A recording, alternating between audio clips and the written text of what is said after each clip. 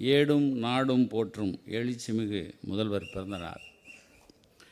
இந்த இனிய பிறந்தநாள் விழாவினை வெற்றிகரமாக நடத்தி கொண்டிருக்கும் எங்கள் அருமை அமைச்சர் மாசு அவர்களே, அவருக்கு துணை நிற்கும் அண்ணன் துரைராஜ் அவர்களே, மேடையில் என்னோடு அமர்ந்திருக்கும் அவங்களோட நான் அமர்ந்திருக்கேன் அண்ணன் மருத்துவர் காந்தராஜ் அவர்களே,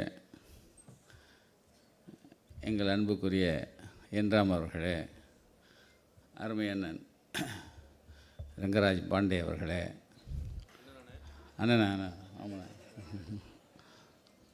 அண்ணன் பிரியன் அவர்களே, இந்த நிகழ்ச்சிக்கு பெருவாரியாக வந்திருக்கும் சட்டமன்ற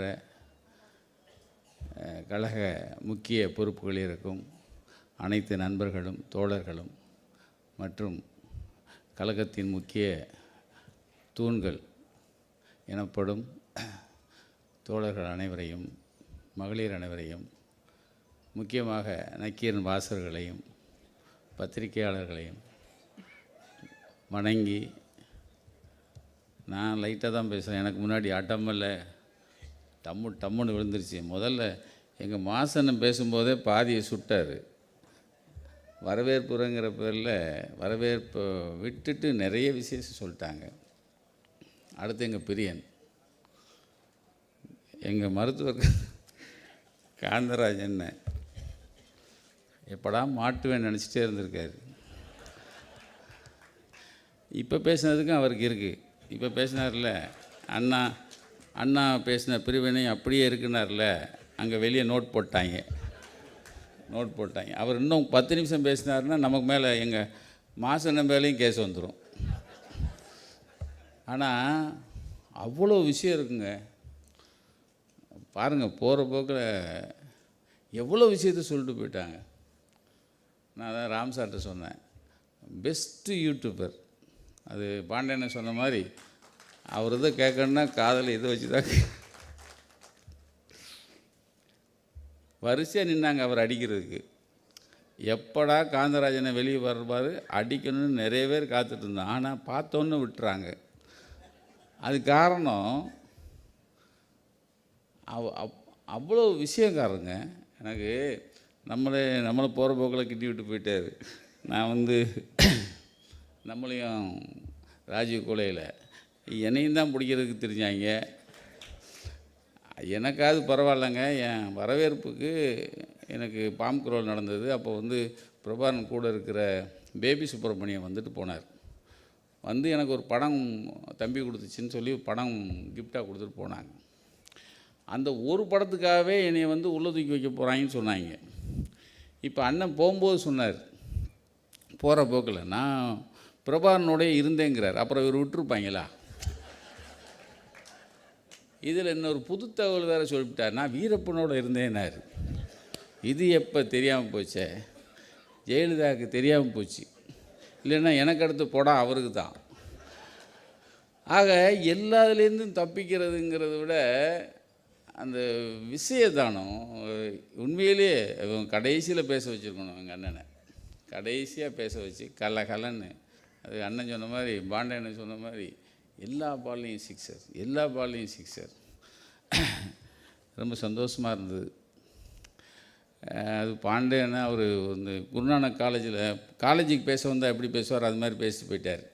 ஒரு காலேஜ் ஸ்டூடெண்ட்டுக்கு என்னெல்லாம் பேசுவாங்களோ. ஆனால்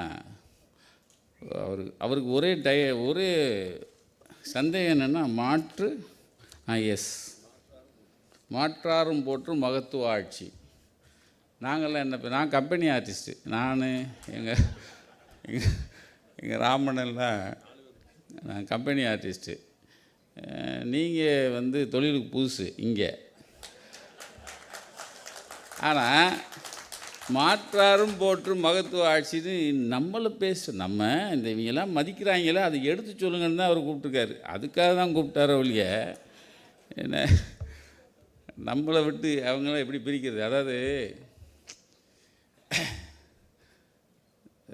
ஐயன் திருவள்ளுவர் ஒரு குறளில் சொல்வார், அந்த சனியை வேறு மறந்து தொலைச்சிட்டேனே.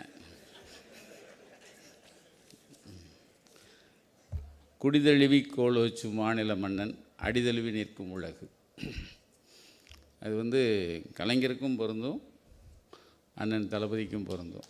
ஏன்னா ஒரு மாநில மன்னன் என்ன செய்கிறாரோ அதை அடியொற்றி மற்ற மாநிலங்கள்லாம் காப்பி அடிக்கிறது இருக்குல்ல, அது எங்கள் மாசு அழகாக சொன்னார். அதுக்கு முன்னாடி எல்லாரையும் அரவணைச்சு போகணும். இப்போ பாண்டியன் சொல்லும்போது சொன்னாங்க பாரு, ஏன்னா எல்லாமே சேர்ந்து கூட்டணிலாம் சேர்ந்து ஒரே கட்சியாக தெரியுது அப்படின்னு சொல்லி. அதுக்கு நல்ல உதாரணம், அனைத்து கட்சி இந்த தொகுதி வரையறதுக்காக அனைத்து கட்சி கூட்டம் போட்டிருந்தாங்க. நீங்கள் ஒரு பரபரப்பாக இருந்துச்சு 5ஆம் தேதி. அப்போ எனக்கு வந்து 4ஆம் தேதி 5ஆம் தேதி 4ஆம் தேதி வந்து எனக்கு வந்து ரகசியமாக எனக்கு ஒரு ஃபோன் வருது. அண்ணே வாழ்த்துக்கள்ண்ணே, உங்களுக்கு விருது, அரசாங்க விருதுன்னாங்க. நான் யார்கிட்டையும் சொல்லலை.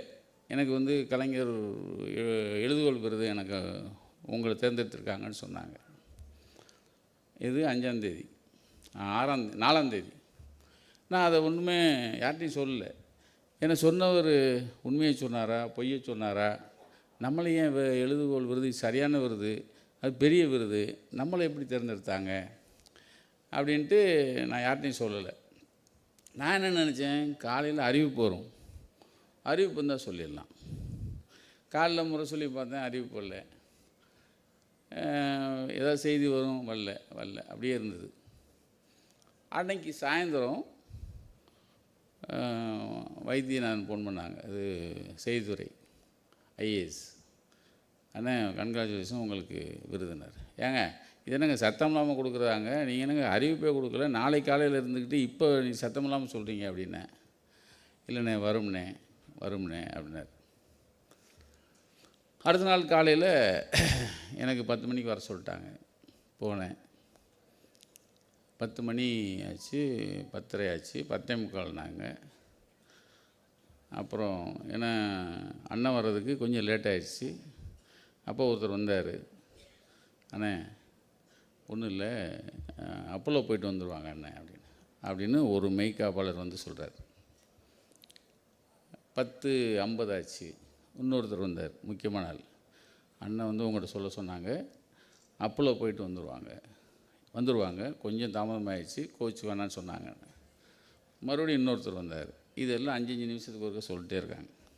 11 ஆச்சு, வரேன்ட்டாங்க. அதுக்கு முன்னாடி எனக்கு 6 பேர் வந்து வருத்தம் தெரிவித்தாங்க லேட்டாகிறது. மறுபடியும் வந்தாச்சு. வந்து என்னை பார்த்த உடனே சொன்னது, அண்ணன் கோச்சுக்காதீங்க, அம்மாவை பார்க்க போயிட்டேன், கொஞ்சம் லேட் ஆகிடுச்சுனார். அதெல்லாம் ஒன்றும் இல்லைண்ணே. என்ன அவகிட்ட பார்த்தேன். அப்போ பேசிகிட்டு இருந்தோம். என்ன அம்மாவுக்கு என்ன ஆச்சுண்ணே, இடையில போகிறீங்களே, ஏதாவது வருத்தமா, ஏதாவது கொஞ்சம் வருத்தமாக இருக்காண்ணே. இல்லை நான் காலைல பார்க்க போனோம், நான் கொஞ்சம் லேட் ஆகிடுச்சுனார். அப்பையும் சொல்கிறாரு, அண்ணன் கொஞ்சம் அதனால் லேட் ஆகிடுச்சுண்ணே அப்படின்னாரு. அப்புறம் கொஞ்சம் பேசிட்டு வந்துட்டோம். சார் நாம் வந்து ஒரு சாதாரண பத்திரிக்காரன், ஒரு சிஎம் சார். லேட்டாக அரை மணி நேரம் லேட்டாக வர்றதுக்கே ஒரு கிட்டத்தட்ட 8 தடவை சாரிங்கிறார். இது நமக்கு பெருமை இல்லை. ஒரு பத்திரிக்காரன் வந்திருக்கான், அவனை உட்கார வச்சுருக்கோம். இந்த பண்புங்கிறதுல இதாங்க திராவிட மாடல்னு சொல்கிறான். இது எங்கே கனெக்ட் ஆகுதுன்னா, பெரியார் விருது எனக்கு 2010 அனௌன்ஸ் பண்ணியிருந்தாங்க. அப்போது வள்ளூர் கோட்டம் பேராசிரியர் வந்துட்டார், எல்லோரும் வந்தாச்சு. அண்ணன் வர்றதுக்கு 15 நிமிஷம் லேட் ஆகிடுச்சு. நானும் உட்கார்ந்தேன். ஒரு 20 நிமிஷத்தில் வந்துட்டாங்க. வந்த உடனே பேராசிரியர்கிட்ட சொல்கிறாரு. சொன்ன உடனே நான் பக்கத்தில் இருக்கேன். யோ உமக்கு தான் வந்திருக்காரு, அவருக்கு உடம்பு சரியில்லாமல் படுத்துட்டாராம், தூங்கிட்டாராம். அண்ணன் சொல்கிறாங்க. எனக்கு நான் காதில் கேட்குற மாதிரியே, ஐயோ நான் தூங்கிட்டேன், எனக்கு வந்து எழுப்பியிருக்காங்க, நான் எந்திரிக்கவே இல்லை, கோபாலுக்கு கொடுக்கணுமே, ஐயோ அதான் ஓடியாந்தேன். யோ உமக்காதான் ஓடியாந்துருக்காரு. இது அந்த அன்பை நம்ம வாங்கி வச்சுருக்கோம், அது வேறு விஷயம். இப்போ இதே பண்பு தந்தைகிட்ட இருக்குது, தனையன்ட்டே இருக்குது. அதை விட முக்கியம், ஏன் முத நாள் சொல்லலை, இது அறிவிக்கலை அப்படிங்கிறதுக்கு காரணமே, இந்த அனைத்து கட்சி கூட்டம் போட்டாங்க பாருங்க, இந்த செய்தி வந்து அதை கெடுத்துடக்கூடாது. அதாவது இந்த விருது செய்தி முத நாள் வந்து இந்த அனைத்து கட்சி கூட்டம் வந்து கூடுறத, இந்த செய்தி வந்து எந்த இடத்துலையும் அது சலசலப்பை உண்டு பண்ணிடக்கூடாது. செய்தி வந்து அது மேலோங்கி இது கீழே வந்துடக்கூடாதுங்கிறதுக்காக நீங்கள் இந்த அனைத்து கட்சி கூட்டத்தை அவ்வளவு, அதாவது எதிர்பார்ப்போடு அதை கூட்டியிருக்கார். அப்போ தான் எண்ணிக்கை வந்து உட்காந்தவொடனே எண்ணிக்கை எனக்கு உடனே வருது. 58 பேர் வந்தாச்சு 62 பேரில். சார் சாதாரண விஷயமே இல்லை. அதாவது அதில் திட்டினவங்களும் இருக்காங்க, ஏச்சினவங்களும் இருக்காங்க, நீங்கள் குண்டக்கு மண்டக்க பேசினவங்க எல்லாருமே சேர்ந்து 58 பேர் ஒரே அரங்கில் உட்கார வச்சு ஒரு விஷயத்தை நம்ம பேசுவோம். இன்னும் 1 வருஷம்தான் இருக்குது, 1 வருஷம்தான் தேர்தல் இருக்குது எங்கள் அண்ணன் சொன்ன மாதிரி. ஆனால் 58 பேரையும் உட்கார வச்சு என்ன வேணும், உங்களுக்கு என்ன வேணும், இதை பற்றி என்ன சொல்கிறீங்க. அதில் முக்கியமான ஒரு விஷயம், அதில் இங்கே வந்து சொல்லிவிட்டு பின்னாடி போய் ஒருத்தர் மாற்றி சொல்லிட்டு போயிட்டார். அது வேறு விஷயம். யார், நம்மால் தான் ஜெயக்குமார். அவர் என்ன சொல்லிட்டாரு, கூட்டம் முடிஞ்சிச்சு வெளியே வந்தோடனே வந்து ஒரு கண் துடைப்பு நாடகம் தான் சொல்லிட்டு போயிட்டார். ஆனால் அவருக்கு தெரில, அதாவது அவங்க கட்சி சேர்ந்து அனைத்து கட்சி கூட்டம் போடுற மாதிரி நினச்சிக்கிட்டார். இது வந்து தளபதி ஆட்சி சேர்ந்து முடிவெடுத்த ஒரு அனைத்து கட்சி கூட்டம். அதில் இவங்க எடுத்த உடனே அவர் பேசுகிறார், யார், ஜெயக்குமார் பேசுகிறாரு, தொகுதி மறுவரையறை நடந்தால் தமிழ்நாட்டிற்கு உள்ள 7.18% பிரதிநிதித்துவம் நீடிக்க வேண்டும் என்பதும், இது குறித்து பிரதமர் எழுத்து மூலமாக உறுதியளிக்க வேண்டும், அரசியலமைப்பு சட்டத்தை அதற்கேற்றபடி திருத்த வேண்டும் என்பதும் அதிமுக தரப்பில் சொல்லப்பட்டது. அது முதல்ல வரவேற்று பேசிட்டு இதை சொல்கிறாரு யார், ஜெயக்குமார். வெளியே போனவர் இது கண்துடைப்புன்ட்டார். ஆனால் அவர் பேசின உடனே முதல்வர் வந்து அதுக்கு பதில் சொல்கிறார். அதிமுகவின் சார்பில் நம்முடைய மாண்புமிகு ஜெயக்குமார் அவர்கள் ஒரு கருத்தை சொல்லி அதை ஏற்றுக்கணும்னு சொன்னது, அது ஏற்கப்படுகிறது. தொகுதி மறு சீரமைப்பின் காரணமாக நாடாளுமன்றத்தில் தமிழ்நாட்டின் தற்போதைய பிரதிநிதித்துவ சதவீதமான 7.18 என்பதை எக்காரணம் கொண்டும் ஒன்றிய அரசு மாற்றம் செய்யக்கூடாது என்று இக்கூட்டம் வலியுறுத்துகிறது. இது அதிமுக சொன்ன திருத்தத்தை அப்படியே தீர்மானத்தில் நாங்கள் செய்கிறோம் அப்படின்னு சொல்லி அந்த கூட்டத்திலே அறிவித்து இதை வந்து வெளியிடுறாங்க. இப்போது வெளியே வந்து இவர் என்ன சொல்லிட்டார், இது வந்து கண்துடைப்புன்னு சொல்லிட்டார். ஆனால் எங்கே மூக்குடைஞ்சிட்டாருன்னா, முதல்ல அவர் வாழ்த்தி பேசினார் இல்லையா, அதை என்ன பண்ணிச்சு செய்தித்துறை, அந்த வைத்தியநாதன் ஐஏஎஸ் தலைமையில் இருக்கிற டீமு அதை வெட்டி முதல்ல டிவிக்கு டெலிகாஸ்ட் பண்ணிட்டாங்க. டிவியிலே அதிமுக பாராட்டிடுச்சு, வரவேற்றுருச்சுன்னு செய்தி வந்துடுச்சு. இவர் வெளியே வந்து இல்லை இது வந்து கண்துடைப்பு அப்படின்னு சொன்னவொடனே அவங்களுக்கு உண்மையிலேயே அசிங்கமாயிடுச்சு. அதை நான் சிஎம்ட்டு சொன்னேன். நல்ல விஷயம்னு அன்னைக்கு உடனே செய்தித்துறை வந்து இதை பண்ணதுனால அவர் வெளியே வந்து அரசியலுக்காக அவர் சொன்ன காரணம் அது பொய்ன்னு வந்து நிறுவனமாயிடுச்சு அப்படின்னு சொல்லி அதை பாராட்டி சொன்னேன். அப்போ தான் அந்த எல்லாரும் சேர்ந்து இந்த தொகுதி வரையறைக்கும் சரி மும்மொழிக்கும் நம்ம போராடணுங்கிற ஒத்த கோட்டில் எல்லாரையும் கொண்டு வந்து நிறுத்துறதுக்கு அவர் பாடுபடுறதை பார்த்தா உண்மையிலேயே கலைஞரை பார்த்த மாதிரி நான் நினச்சேன். ஏன்னா இப்போ அண்ணன் சொன்ன போகிற போக்கில் காந்தராஜன் சொன்னார் பாருங்கள், பஞ்சு சவுக்கில் ஒருத்தர் அடிச்சுக்கிட்டாருன்னு. செருப்பு போட மாட்டேன்னு சொன்னவர் 4 நாளில் செருப்பு போட்டுவிட்டான். அந்த ஆள் ஆட்சி போகிற வரைக்கும் செருப்பே போட மாட்டேன்னு சொன்ன ஆள் 4 நாள். அப்போ அந்த ஆளுக்கு முடிவு வந்துருச்சு, அடுத்த வாட்டி இவங்க ஆட்சியை கலைக்க முடியாதா அப்படின்னு சொல்லி. அப்போது இன்னொருத்தர் அதுவும் அண்ணன் காந்தராஜனை போகிற போக்கில் ஒருத்தர் இப்போ தான் வந்தார், ஏபிசிடி கற்றுக்குள்ளே சிஎம் ஆகிறேங்கிறாரு. அவர் சிஎம்மாகவே நடக்கிறார், பார்த்தீங்கன்னா தெரியும். அதில் வந்து நான் தான் சொன்னேன், நேற்று யார்கிட்டையும் சொன்னேன், கத்தின்னு ஒரு படம், அப்புறம் பீஸான்னு ஒரு படம். பீஸாவா அது பாருங்கள், சனியை மறந்து போச்சு. என்ன படம் அது? பீஸ்ட்டுன்னு ஒரு படம். இந்த 2 படத்துலையும் பார்த்தீங்கன்னா முஸ்லீம் தீவிரவாதிகளே ஒரு வேட்டையாடுற மாதிரி படம். யார் இப்போ கொஞ்ச நாளைக்கு முன்னாடி போய் இக்தாரில் கலந்துக்கிட்டார் ஐயா, அவர் கத்திலையும் பீஸு இந்த மாதிரி இதுலலாம் அவர் வந்து வேட்டையாடுற மாதிரி. அது முஸ்லீம் தீவிரவாதிகள். அதை பீஸ்லாம் பார்த்தீங்கன்னா ஒரு தீவிரவாதியை ரிலீஸ் பண்ணிடுவாங்க. இவர் வந்து மேலே தனியாக அந்த அது ராக்கெட்டாக ஏதோ ஒரு இளவு அதில் போய் அந்த உள்ளே இருந்தால் அவர் தூக்கிட்டு வருவார். தூக்கிட்டு வந்து மறுபடியும் கொண்டு உட்கார வைப்பார். இப்போ திடீர்னு போனால் இப்தார் வந்தில் உட்காந்து கூழ் குடிக்கிறார். என்ன பனையூர்லேருந்து ஒரே ஒரு முறை தான் வெளியே வந்திருக்காரு, ஆனால் சிஎம் ஆகணுங்கிறாரு. இப்போ இந்த பக்கம் போனீங்கன்னா பஞ்சு சவுக்கில் அடிச்சுக்கிட்டவர் கொஞ்ச நாளைக்கு முன்னாடி சொன்னார், எல்லோரும் பாஜகவுடன் கூட்டணி சேருவதற்காக தவம் கிடைக்கிறார்கள்னாரு. நம்மால் ஒருத்தர் பாஜகவா நோன்னு சொல்லியிருந்தவர் கடைசி நேரத்தில் 6 மாதம் இருக்குல்ல கூட்டணிக்கு, அப்போ நாங்கள் பார்த்துக்கலாம் அப்படிங்கிறார். அப்போ அண்ணன் சொன்ன ஒரு விஷயம், இந்த கூட்டணிங்கிற ஒரு விஷயம் பாஜகவும் மேற்படி எடப்பாடி கட்சியும் சேர்ந்துக்குது. ஏன்னா எடப்பாடி அவர் அந்த கட்சியை காப்பாற்றுறதுக்கு ரொம்ப கஷ்டப்படுறாரு அவர். ஆனால் என்ன நான் ஒரு கணக்கு சொன்னேன்னா, இப்போது பாண்டியனை சொன்ன மாதிரி தான் ஒரு கணக்கு. எப்போ நாம் 1லேருந்து ஆரம்பிப்போம், திமுக கூட்டணி 1லேருந்து எத்தனை, இப்போ ஒவ்வொரு ஆளுக்கு எத்தனை % ஓட்டு இருக்குன்னு ஆரம்பிப்போம். ஆனால் இங்கே பாஜக அதிமுக சேர்ந்தால் -18லேருந்து ஆரம்பிக்கணும். ஏன்னா இந்த ஓட்டு இருக்குல்ல, இஸ்லாமிய ஓட்டு, கிறிஸ்தவ ஓட்டு, இந்த ஓட்டு அந்த ஓட்டுலாம் இருக்குல்ல, அது பூரா பகிச்சு வச்சுருக்காங்கல்ல, அதை பூரா நீங்கள் மைனஸ்லேருந்து தானே ஆரம்பிக்கணும். இவங்க என்றைக்கு 1க்கு வந்து அதுக்கப்புறம் அங்கே போகணும்.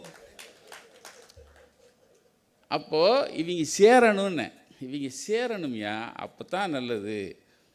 ஆனால் எந்த கேப்பும் விடாமல் இந்த இந்த கூட்டணியை பக்கபலமாக வச்சுக்கிறது. இவ்வளவு தாராளம் கூடவே கூடாதுண்ணே, இவ்வளவு தாராளம்லாம் அண்ணனுக்கு கூடவே கூடாது. நானாக இருந்தேன்னா ஐயப்பா ஏன்னா இவ்வளவான இறக்கம்.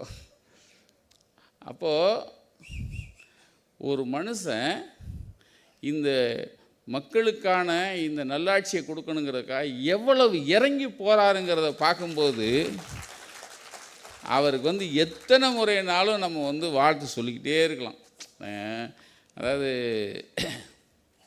கலைஞர் வந்து ஒரு முறை சொல்லியிருப்பார், நல்லா சொல்லியிருப்பார், ஸ்டாலின் என்றால் உழைப்பு உழைப்பு உழைப்பு.